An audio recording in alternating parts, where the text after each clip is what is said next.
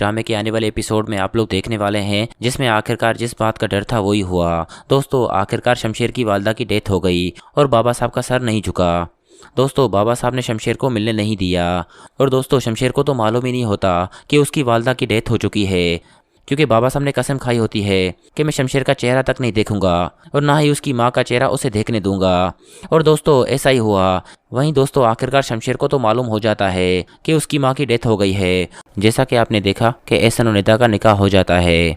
दोस्तों एहसन और निदा बहुत खुश होते हैं और महक की फैमिली भी बहुत खुश होती है। वहीं महक और शमशेर भी मौजूद होते हैं और दोस्तों शमशेर को तो मालूम ही नहीं होता कि शमशेर के पीछे क्या हो रहा है।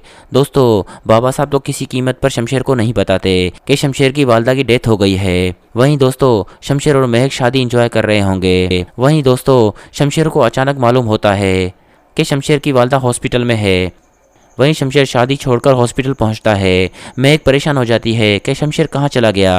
दोस्तों शमशेर जब हॉस्पिटल पहुंचता है लेकिन वहां शमशेर की वालदा मौजूद नहीं होती, क्योंकि दारा और बाबा साहब शमशेर की वालदा की लाश घर ले आते हैं। दोस्तों दारा तो परेशान हो जाता है कि अब मैं क्या करूं, वो अपने वालिद की खातिर मजबूर होता है। वहीं शमशेर भागा भागा वापस घर आता है और शमशेर बहुत रो रहा होगा, क्योंकि शमशेर को मालूम हो जाता है कि शमशेर की वालदा इस दुनिया में नहीं रही।